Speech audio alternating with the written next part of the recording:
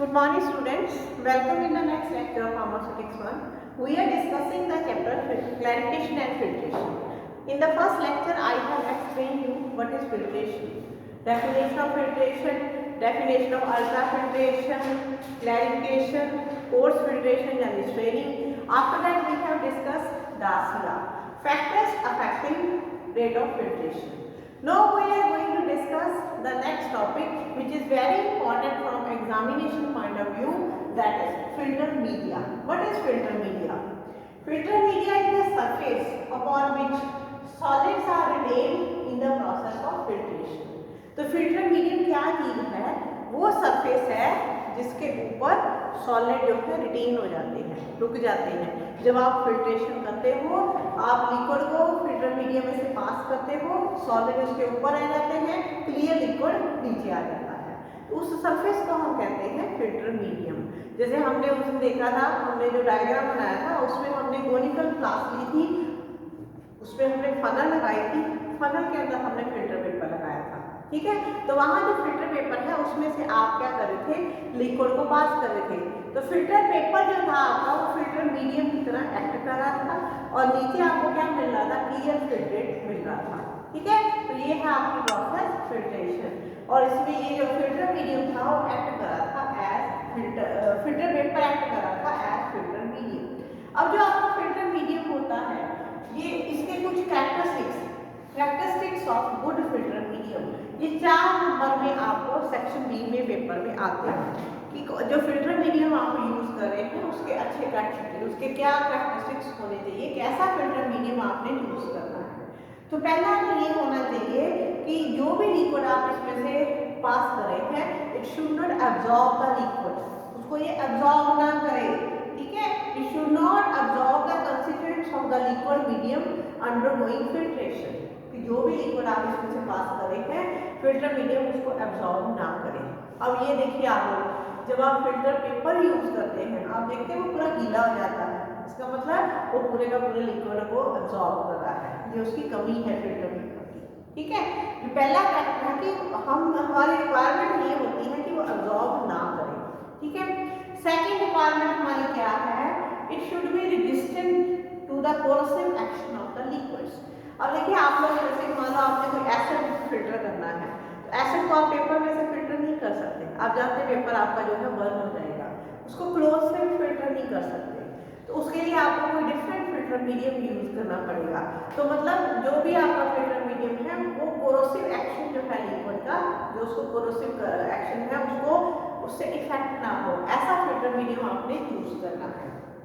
Third क्या है, smooth surface, it should have smooth surface for the easy discharge of the cake।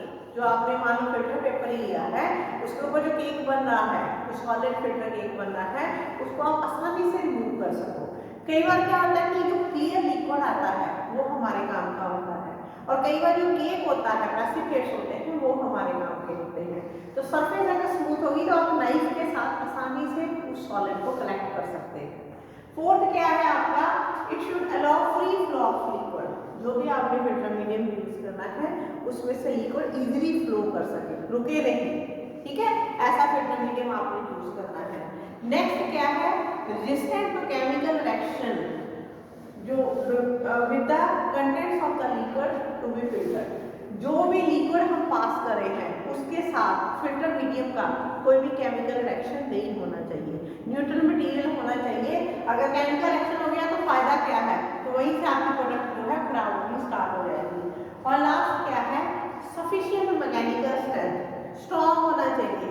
Filter paper की कमी क्या होती है कि आप लोग जब लैब में यूज करते हैं आप कितना भी मटेरियल फिल्टर करते हैं, 50 ml, 40 ml, मैक्सिमम 100 ml, इससे ज़्यादा अगर आप करेंगे तो आप क्या देखेंगे, क्या प्रॉब्लम आती है, फिल्टर पेपर फटना स्टार्ट हो जाता है, ठीक है।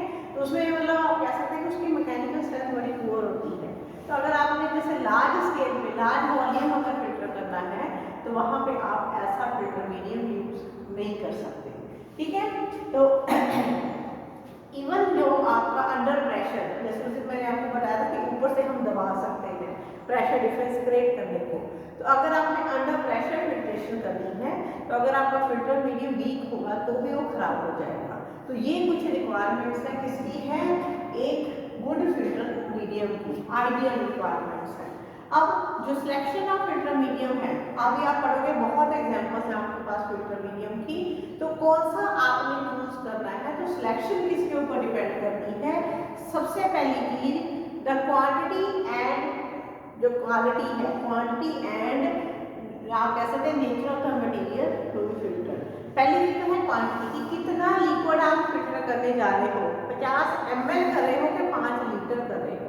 50 ml कर रहे हो तो आप फिल्टर पेपर में कर सकते हो, 5 लीटर को आप फिल्टर पेपर में जो है फिल्टर नहीं कर सकते, फिल्टर पेपर खराब हो जाएगा। सेकंड क्या है, nature of the product to be filter, कैसा लिक्विड आप फिल्टर करने जा रहे हो। आप खुद सोचिए, आप एसिड फिल्टर करने जा रहे हो और आप फिल्टर पेपर से फिल्टर करेंगे, आप कर सकते हैं, कभी नहीं कर सकते, उसी टाइम में आपका फिल्टर पेपर जल जाएगा। ठीक है, तो कैसा है आपका लिक्विड जिसको आपने फिल्टर करना है, पहली चीज। दूसरी उसकी विस्कोसिटी कैसे है, कितना विस्कस है लिक्विड, ज़्यादा गाढ़ा लिक्विड है तो आपको जो है course filter paper filter medium use करना पड़ेगा। अगर उसके अंदर सॉलिड का कंटेंट कम है तो आपको फाइन फिल्टर मीडियम यूज करना पड़ेगा। थर्ड क्या है, size of the solid particles to be retained on the filter. जो आपका फिल्टर मीडियम है उसके ऊपर जो सॉलिड पार्टिकल्स हैं जो रिटेन हो रहे हैं उनका साइज कितना है। देखिए मलमल का कपड़ा है, मसलिन क्लोथ, उसको भी हम फिल्ट्रेशन में यूज करते हैं। कब यूज करते हैं, अगर आपके जो पार्टिकल्स हैं उनका साइज बड़ा है, लार्ज है, तो हम मलमल का कपड़ा यूज कर सकते हैं। अगर फाइन पाउडर, फाइन आपका पार्टिकल साइज है तो हम मसलिन क्लोथ को यूज नहीं कर सकते। और फोर्थ क्या है, पर्पस ऑफ फिल्ट्रेशन, क्या चाहिए आपको, आपको लिक्विड चाहिए या सॉलिड चाहिए। किसी केस में क्या चाहिए होता है, आपको नीचे क्लियर लिक्विड चाहिए होता है और किसी केस में आपको ऊपर सॉलिड चाहिए होता है। तो क्या आपकी पर्पस ऑफ फिल्ट्रेशन है। अब इसके बाद आ रहे हैं वेरियस फिल्टरिंग मीडियम, कौन कौन से फिल्टर मीडिया आप यूज करते हैं। ठीक है, तो फर्स्ट जो आप यूज करते हैं that is filter paper. First example is filter paper, आप सभी ने यूज किया है, सभी ने देखा है। ठीक है, जो आपको लैब में मिलता है कोर्स ग्रेड का मिलता है। फिल्टर मीडियम जो होते हैं फिल्टर पेपर 3 ग्रेड के आते हैं, फाइन, मीडियम, कोर्स। फाइन भी आते हैं, बहुत अच्छे होते हैं वो, उनको वॉटमैन फिल्टर पेपर बोला गया है, अलग अलग ग्रेड्स के होते हैं। तो जैसी आपकी फिल्ट्रेशन है, मतलब अगर आपको कोर्स फिल्ट्रेशन करनी है तो आप कोर्स वाला फिल्टर पेपर यूज करेंगे, फाइन करनी है तो फाइन वाला फिल्टर पेपर आप यूज करेंगे। बट फिल्टर पेपर की प्रॉब्लम क्या आती है, जो आपको मैंने अभी बताई कि फिल्टर पेपर लिक्विड को अब्सॉर्ब करता है, गीला हो जाता है। ठीक है, एक तो ये कमी होगी, जैसे मान लो आपको 50 ml आप फिल्टर करने लगे हैं, 5 ml उसने अब्सॉर्ब कर लिया तो आपका 5 ml का लॉस हो गया। दूसरी चीज, फिल्टर पेपर में से कई बार क्या होता है, पार्टिकल्स भी लिक्विड के अंदर आ जाते हैं, पार्टिकल शेड करता है। ये हो गया आपका first filter paper. Second is cotton wool, cotton की जो नॉर्मल कॉटन आप लोग यूज करते हैं उसको भी फिल्ट्रेशन के लिए यूज किया जाता है। तो कॉटन में से जब हम लिक्विड को पास करते हैं तो मोस्टली कॉटन वूल जो है कोर्स फिल्ट्रेशन के लिए यूज होती है। बट कॉटन की कुछ प्रॉब्लम्स हैं, आप अगर फिल्टर करके देखेंगे थ्रू कॉटन वूल, आप क्या देखेंगे कि जो लिक्विड आता है उसमें नीचे कॉटन के फाइबर्स आ जाते हैं। ठीक है, कॉटन आप ओग्लोसी में भी पढ़ोगे, अलग अलग टाइप का कॉटन, एब्जॉर्बेंट कॉटन, तो उसमें फाइबर आने शुरू हो जाते हैं। तो उससे बचने का तरीका क्या है कि जो कॉटन आप यूज करो वो लॉन्ग स्टेपल वाला। ठीक है, और जहाँ आपने जब यूज करना है कॉटन, पहले उसको गीला करिए, गीला करके फिर उसको फनल के अंदर रखिए तो आप कॉटन को यूज करिए। ठीक है, ये है आपका कॉटन। थर्ड क्या है, ग्लास वूल। जैसे कॉटन की वूल होती है ऐसे ग्लास की वूल भी होती है, पतले पतले फाइबर्स जो है ग्लास के वो मिलकर ग्लास वूल बनाते हैं। तो ग्लास वूल जो है कहाँ यूज होती है, आप खुद अंदाजा लगा सकते हैं कि जितने भी कोरोसिव लिक्विड्स हैं जो कॉटन को जब पेपर को जला देते हैं उसके साथ रिएक्ट कर जाते हैं, उनके लिए हम ग्लास वूल यूज करते हैं। For example acid, strong acid, ठीक है, आपका सल्फ्यूरिक एसिड है उसको फिल्टर करना है, जहाँ स्ट्रॉन्ग एल्कीन है जैसे सोडियम हाइड्रोक्साइड है उसको फिल्टर करना है, या स्ट्रॉन्ग ऑक्सीडाइजिंग एजेंट जैसे पोटेशियम परमैंगनेट वगैरह है उनको फिल्टर करना है, तो उसके लिए आप लोग ग्लास वूल यूज करते हैं। फोर्थ क्या है, एस्बेस्टोस। एस्बेस्टोस भी बिल्कुल ग्लास वूल की तरह उसी पर्पस के लिए यूज होता है, पोरोसिव लिक्विड्स के लिए यूज होता है। जब ये ग्रेविमेट्रिक एनालिसिस में ये यूज होता है कि फाइन प्रेसिपिटेट्स को कलेक्ट करने के लिए, जिनको बाद में हमें इग्नाइट करना होता है, गर्म करना होता है। उसके बाद नेक्स्ट आता है फाइन मसलिन, मलमल का कपड़ा। मसलिन वर्ड मलमल के कपड़े के लिए यूज होता है। आप सभी ने देखा होगा मसलिन क्लोथ, ठीक है। उसमें से हम जो है कोर्स फिल्ट्रेशन कर सकते हैं, जो लार्ज पार्टिकल है उसको उसके ऊपर रिटेन किया जाता है, ठीक है। अगर एक बार क्या होता है कि फाइन फिल्ट्रेशन से पहले भी हम क्या करते हैं, कोर्स फिल्ट्रेशन कर लेते हैं। मान लो आपके पास कोई लिक्विड है, उसमें कुछ फाइन पार्टिकल्स हैं, कुछ कोर्स पार्टिकल्स हैं, तो कोर्स पार्टिकल्स को आप पहले जो मसलिन क्लोथ से निकाल लेते हो, और दूसरी बार सेकेंड फिल्ट्रेशन में आप फाइन पार्टिकल्स को किसी फाइन ग्रेड के फिल्टर पेपर में से निकालते हैं। Next is filter cloth. अब देखिए, फिल्टर क्लोथ मतलब कपड़ा, नॉर्मल कपड़ा, ठीक है। नॉर्मल क्लोथ को आप फिल्ट्रेशन के लिए यूज करते हैं। अब उसमें भी दोनों तरह के क्लोथ आते हैं, कॉटन का क्लोथ भी आता है और सिंथेटिक क्लोथ भी आता है। अब देखिए, गर्मियों में आप लोग हमेशा कॉटन के क्लोथ पहनते हैं। रीजन क्या होता है कि कॉटन के क्लोथ के अंदर बड़ी अच्छी एब्जॉर्बेंट प्रॉपर्टी होती है, आपके पसीने को सोख लेता है, इसलिए गर्मियों में आप कॉटन पहनते हैं, ठीक है। जो सिंथेटिक क्लोथ है उसमें एब्जॉर्बेंट प्रॉपर्टी कम होती है, इसलिए फिल्ट्रेशन में हम क्या प्रेफर करते हैं, सिंथेटिक क्लोथ, ठीक है। यूज आप दोनों कर सकते हैं, कॉटन का क्लोथ भी फिल्टर के लिए यूज कर सकते हैं, सिंथेटिक भी, बट सिंथेटिक क्लोथ में एब्जॉर्बेंट प्रॉपर्टी कम है। दूसरा आपने देखा होगा कि कॉटन का कपड़ा जल्दी फट जाता है, सिंथेटिक क्लोथ आप एक बार ले लीजिए और कितने टाइम तक चलता रहता है। उसका क्या रीजन है कि सिंथेटिक क्लोथ जो होता है उसमें हाई मैकेनिकल स्ट्रेंथ होती है, जल्दी फटता नहीं है, इसलिए मशीनरी में हम क्या यूज करते हैं, जैसे आगे आप मशीनें बननी स्टार्ट करनी है, उसमें फिल्टर क्लोथ यूज होना है, तो हम सिंथेटिक क्लोथ को प्रेफर करते हैं। ये आपसे रीजनिंग में भी पूछा जा सकता है कि आप इंडस्ट्री में जब मशीनों में यूज करते हैं, फिल्टर प्रेस भी यूज करते हैं, आप सिंथेटिक क्लोथ क्यों प्रेफर करते हैं। पहली चीज, उसकी एब्जॉर्बेंट कैपेसिटी कम होती है, तो लिक्विड को कम एब्जॉर्ब करेगा, आपका नुकसान कम होगा। दूसरी चीज, वो जल्दी फटता नहीं है, उसकी मैकेनिकल स्ट्रेंथ अच्छी होती है, ठीक है। और इसके बाद नेक्स्ट आ रहा है आपका मेम्ब्रेन फिल्टर। इसको आप वेरी इंपॉर्टेंट टिक करिए, ये जो आपका 2 चैप्टर्स में आएगा मेम्ब्रेन फिल्टर, ये आपका स्टरलाइजेशन के चैप्टर में भी आएगा, तब मैंने दोबारा नहीं पढ़ाना है इसको। मेम्ब्रेन फिल्टर, मेम्ब्रेन फिल्टर जो होते हैं ये किसके बने होते हैं, सेलुलोज एसीटेट, सेलुलोज नाइट्रेट या सेलुलोज डेरिवेटिव आप बोल सकते हैं। इसके अलावा नायलॉन के बने होते हैं और पॉलीविनाइल क्लोराइड के बने होते हैं। ये पेपर में आपको फिलअप आता है, पेपर में फिलअप क्या आता है, membrane filters are made up of dash, आपने लिखना होता है सेलुलोज एसीटेट और सेलुलोज डेरिवेटिव्स, ये आप आंसर लिखते हैं, ठीक है। और ये जो आपके होते हैं मेम्ब्रेन फिल्टर, ये किस काम आते हैं, ये माइक्रो ऑर्गेनिज्म को फिल्टर करने के काम आते हैं, इसलिए जो आपकी स्टरलाइट प्रोडक्ट्स होती है, जिनमें से आपने बैक्टीरिया को फिल्टर करना होता है, जिनमें से आपने कोई डस्ट पार्टिकल उसको फिल्टर करना होता है, वहाँ पे आपको ये यूज करने पड़ते हैं मेम्ब्रेन फिल्टर, आपकी प्रोडक्ट को स्टरलाइट बनाने के लिए। जैसे इंजेक्शन है, जहाँ आंखों में डालने वाली है प्रोडक्ट्स, ऑप्थेल्मिक प्रोडक्ट्स है, पेरेंटल प्रोडक्ट और ऑप्थेल्मिक प्रोडक्ट को जब भी फिल्टर करनी है आपने मेम्ब्रेन फिल्टर के थ्रू फिल्टर करनी है। इसका पोर साइज बहुत छोटा होता है, ये बैक्टीरिया वगैरह को फिल्टर कर देते हैं। और लास्ट आता है आपका sintered glass filter. Sintered glass filter ये भी इंपॉर्टेंट है क्योंकि ये भी दूसरे चैप्टर में भी आना है, ठीक है। ये किसका बना होता है, बोरोसिलिकेट ग्लास का। अब आपने इसी तरह के ग्लास पढ़े हैं, तो बोरोसिलिकेट ग्लास का ये बना होता है। कैसे बनाया जाता है, बड़ा सिंपल प्रोसीजर है कि बोरोसिलिकेट ग्लास को क्रश किया जाता है, पीसा जाता है, उसका साइज रिड्यूस किया जाता है और फिर उसको सीप में से पास किया जाता है, ग्लास का फाइन पाउडर कर दिया जाता है और उसको हीट किया जाता है मोल्ड के अंदर, सांचे के अंदर रख के उसको हीट किया जाता है। अब जानते हैं जब ग्लास को हीट करेंगे तो मेल्ट होकर उसकी फ्यूजन हो जाएगी और एक बारीक सा आपके पास फिल्टर बन जाता है। इस फिल्टर को हम ग्लास की फनल, टमाटर की फनल के अंदर सेट कर देते हैं। अगर ग्लास की फनल में सेट करते हैं तो उसको बोलते हैं सिंटर्ड ग्लास फिल्टर। ये भी अलग अलग ग्रेड्स के आते हैं, इसकी डिटेल आगे आप पढ़ोगे।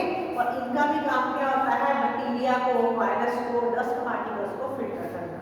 तो इसलिए ये भी इंजेक्शन यूनिट में ही यूज होते हैं, स्टरलाइजेशन और फिल्ट्रेशन के लिए यूज होते हैं। तो ये आपका टॉपिक है फिल्टर मीडियम। मोस्टली 8 नंबर में पूरा आता है और कई बार 4 नंबर में जो उसके कैरेक्टरिस्टिक्स हैं वो आते हैं। ठीक है, अब आ रहा है लास्ट, इसके नेक्स्ट टॉपिक फिल्टर एड। पिछले साल पेपर में ही आया था फिल्टर एड, 4 नंबर में आया था, एग्जाम में पूछी गई थी। तो फिल्टर एड क्या चीज है? एड मतलब हेल्प, ऐसी चीज जो फिल्ट्रेशन में हेल्प कर रही है। ठीक है, आप जानते हैं फिल्ट्रेशन जब हम करते हैं बड़ी दिक्कत आती है, रेट ऑफ फिल्ट्रेशन स्लो हो जाता है, आपका केक जो है वो बंद होना स्टार्ट हो जाता है, पोरस नहीं रहता है। तो फिल्टर एड जो है वो क्या सब्सटेंस है? Substances which reduce the resistance of the filtrate to flow. ठीक है, फ्लो, लिक्विड जो फ्लो कर रहा है उसको जो रेजिस्टेंस प्रोड्यूस किया जा रहा है, सब्सटेंस उसको जो रेजिस्टेंस प्रोड्यूस कर रहे हैं। ठीक है, जो फिल्ट्रेट के अंदर जो भी लिक्विड है उसके अंदर जो मटेरियल्स हैं जो रेजिस्टेंस प्रोड्यूस कर रहे हैं, उस रेजिस्टेंस को जो सब्सटेंस कम करते हैं उनको हम कहते हैं फिल्टर एड। ठीक है, मतलब फिल्ट्रेशन में हेल्प करते हैं, रेट ऑफ फिल्ट्रेशन बढ़ाते हैं, जो लिक्विड के अंदर रेजिस्टेंस है उसको कम करते हैं, उनको हम बोलते हैं फिल्टर एड। फिल्टर एड जो हम डालते हैं किसी भी प्रिपरेशन के अंदर, वो डालते हैं 0.1 से लेके 0.5% तक। फिल्ट्रेशन से पहले हम लिक्विड के अंदर डाल के अच्छे से मिक्स कर लेते हैं। तो एक फिल्टर एड के अंदर क्या क्या क्वालिटीज होनी चाहिए? तो पहली क्वालिटी क्या है, जिस भी लिक्विड के अंदर हमने डाला है वो उसके अंदर सस्पेंडेड रहे, डिस्पर्स रहे, आपने हिला लिया अच्छे से तो ऐसे घूमता रहे। सेकंड क्या है, प्योर होना चाहिए, फ्री फ्रॉम इम्प्योरिटीज, किसी भी तरह की इम्प्योरिटी इसके अंदर नहीं होनी चाहिए। थर्ड क्या है, inert to the liquid being filtered, जिस भी लिक्विड को आप फिल्टर कर रहे हो उसके साथ रिएक्ट ना करे, क्योंकि एक एक्स्ट्रा केमिकल आप डाल रहे हैं। Fourth is particle size distribution should be suitable for the retention of solid, जो भी अंदर सॉलिड है वो इसके पार्टिकल्स के ऊपर अच्छे से रिटेन रहे, ऐसे इसके पार्टिकल डिस्ट्रीब्यूटेड रहे। और उसके बाद क्या है, structure that permits the formation of porous cake. उस दिन मैंने आपको बताया था केक अगर पोरस होगा, पोरस मीन्स उसके अंदर छेद होंगे तो लिक्विड आसानी से पास हो जाएगा। ठीक है, तो पोरस केक बनाने के लिए जो हेल्प करे ऐसा फिल्टरेशन हमें यूज करना है। तो फिल्टर एड का काम क्या होता है बेसिकली, कि जो फिल्टर मीडियम होता है वो ब्लॉक ना हो। अगर फिल्टर मीडियम ब्लॉक हो गया तो प्रॉब्लम आ जाएगी, आपकी फिल्ट्रेशन रुक जाएगी। इसलिए वहां पे पोरस केक बनाने में जो हेल्प करे, ओपन पोरस केक बनाने में ऐसा फिल्टर एड आपने डालना है। आपको मैंने एग्जाम्पल भी दी थी कि चाय देखिए कितनी आसानी से छन जाती है, क्योंकि जो चाय की पत्ती होती है आपने देखा होगा उसका जो केक बनता है छन्नी के ऊपर तो पोरस बनता है, उसमें जगह होती है जहाँ से लिक्विड पास हो जाता है। ठीक है, तो ऐसा केक इसको बनाना चाहिए। इसीलिए हम फिल्टर एड जो यूज करते हैं बहुत सारे तरह के यूज करते हैं, मोस्टली जो सॉलिड यूज होते हैं ये बाद में डिस्कार्ड होने होते हैं, तो इसलिए हम कौन कौन से सॉलिड यूज करते हैं ये इसकी एग्जाम्पल मैं बता रही हूँ। आपकी बुक में एक टेबल दिया गया है। पहली एग्जाम्पल है सेलुलोज। ठीक है, सेलुलोज आप जानते हैं प्लांट से मिलता है, वुड से। सेलुलोज जो है, सेलुलोज की केमिकल कंपोजिशन में सेलुलोज है, ये जो होता है इसकी प्योरिटी बड़ी अच्छी होती है। ठीक है, हाई प्योरिटी होती है और इसको कोर्स प्री कोट की फॉर्म में हम यूज करते हैं। इसकी जो सेलुलोज होता है केमिकल रेजिस्टेंस बड़ी अच्छी होती है, वो लिक्विड के साथ रिएक्ट नहीं करता। ठीक है, इसीलिए हम सेलुलोज को यूज करते हैं, ये इसके एडवांटेज है। बट इसका एक डिसएडवांटेज है, ये एक्सपेंसिव होता है, महंगा होता है। आपकी बुक में एक टेबल दिया गया है, उसमें हर मटेरियल सामने उसकी कमियां लिखी गई है और उसके गुड पॉइंट्स लिखे गए हैं। सेकंड है एस्बेस्टोस। एस्बेस्टोस आपने नाम सुना, अभी सुना। इसकी केमिकल कंपोजिशन क्या है, एल्यूमिनियम सिलिकेट। और ये जो होता है इसके एडवांटेज क्या है, ये भी अच्छी रिटेंशन के लिए सॉलिड्स को अपने ऊपर रिटेन करता है, अच्छा कोर्स फ्री कोट बनाता है। और इसकी डिसएडवांटेज क्या है, asbestos is soluble in acid and alkali. Acid और एल्कली के अंदर ये सॉल्युबल है, तो जहाँ पे आपके एसिड और एल्कली है वहाँ आप इसको यूज नहीं कर सकते। दूसरा क्या है, it forms highly compressible cakes. जो केक बनते हैं बहुत ज़्यादा कंप्रेसिबल बनते हैं, जबकि हमें ऐसे केक नहीं चाहिए, हमें चाहिए पोरस केक। ठीक है। थर्ड आता है कार्बन। कार्बन आप सभी जानते हैं, कार्बन ब्लैक, उसकी जो कंपोजिशन है वो भी कार्बन है। इसको हम कहाँ यूज करते हैं, इसको हम यूज करते हैं स्ट्रॉन्ग एल्केलाइन सॉल्यूशंस को फिल्टर करने के लिए कार्बन को यूज किया जाता है। कार्बन की डिसएडवांटेज क्या है, पहला क्या है, एक्सपेंसिव है, महंगा है ये भी, और दूसरा क्या है, अलग अलग कोर्स ग्रेड्स में ये अवेलेबल है। ठीक है।